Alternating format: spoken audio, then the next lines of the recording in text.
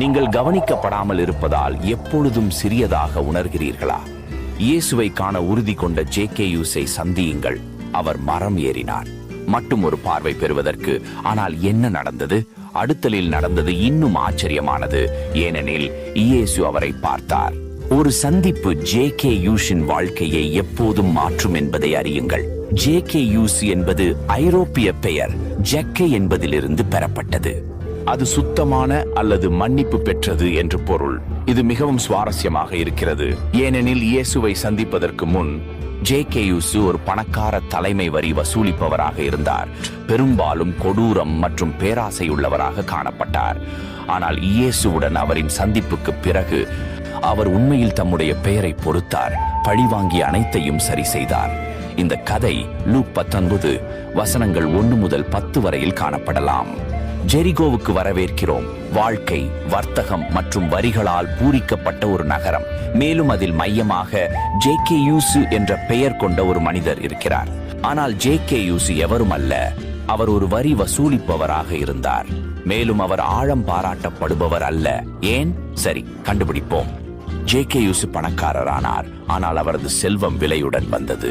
அவர் ரோமர்களுக்காக வரிகள் வசூலித்து தேவையை மிஞ்சி எடுத்துக்கொண்டார். இது அவரை நகரத்தில் மிகவும் விரும்பாதவர்களில் ஒருவராக மாற்றியது. அவரிடம் தங்கம், சிறந்த உடைகள் மற்றும் ஒரு பெரிய வீடு இருந்தது, ஆனால் உண்மையான நண்பர்கள் இல்லை. ஒரு நாள் ஜெரிகோ முழுவதும் ஒரு கூதல் பரவி சென்றது. பிரபலமான ஆசானும் அதிசயக்காரருமான இயேசு வருவார் என்று தெருக்கள் உற்சாகத்தால் கத்திக் கொண்டிருந்தன. அனைவரும் அவரை பார்க்க விரும்பினர், சக்கேயும் உட்பட. ஆனால் ஒரு சிறிய பிரச்சனை இருந்தது. சியாஸ் நன்றாக சொல்லப்படுகையில் சிறியது, கூட்டத்தின் மீது பார்க்க மிகவும் குறுகியது. ஆனால் சக்கேயு துறந்து விட மாட்டார். அடுத்து ஒரு பெரிய சைக்கமோர் மரத்தை அவன் கவனித்தான் மற்றும் ஒரு யோசனை வந்தது.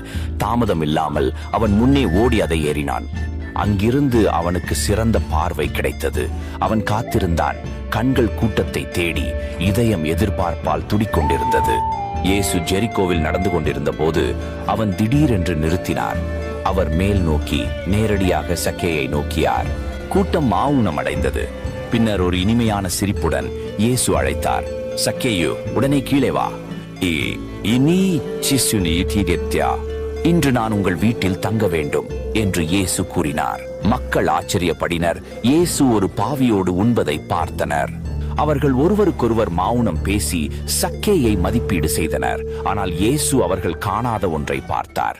அவர் மாற்றத்திற்கு தயாராக இருக்கும் ஒருவரை நோக்கியார். சக்கேயு பெரிதும் மகிழ்ந்தார்.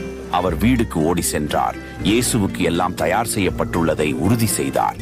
அவர்கள் ஒரு சாப்பாட்டிற்காக உட்காரும் போது ஜகாசுவின் இதயம் நிறைந்திருந்தது. இது புதியதின் துவக்கம்.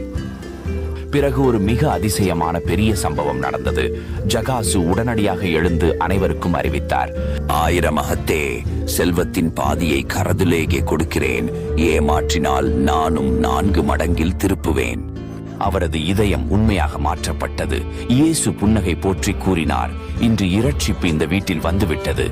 மனுவின் மகன் இழந்தவர்களை தேடி இரட்சிக்க வருவார். ஜகாசு செல்வத்திற்கு மேல் ஒரு பொருளை கண்டறிந்தார். அவர் ஒரு புதிய வாழ்க்கையை கண்டெடுத்தார்.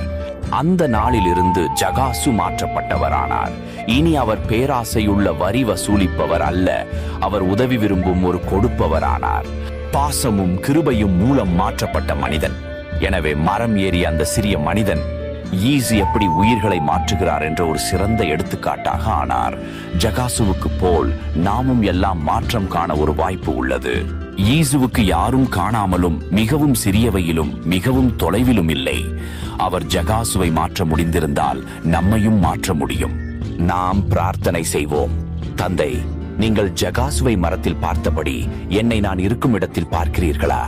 தகுதியற்றவர்கள் என்றும் உணர்கிறவர்களை கூட அடையும் உம்முடைய அன்புக்கு நன்றி. மாற்றத்திற்கு ஆர்வமுள்ள மனத்துடன் உம்மை தேட உதவுங்கள்.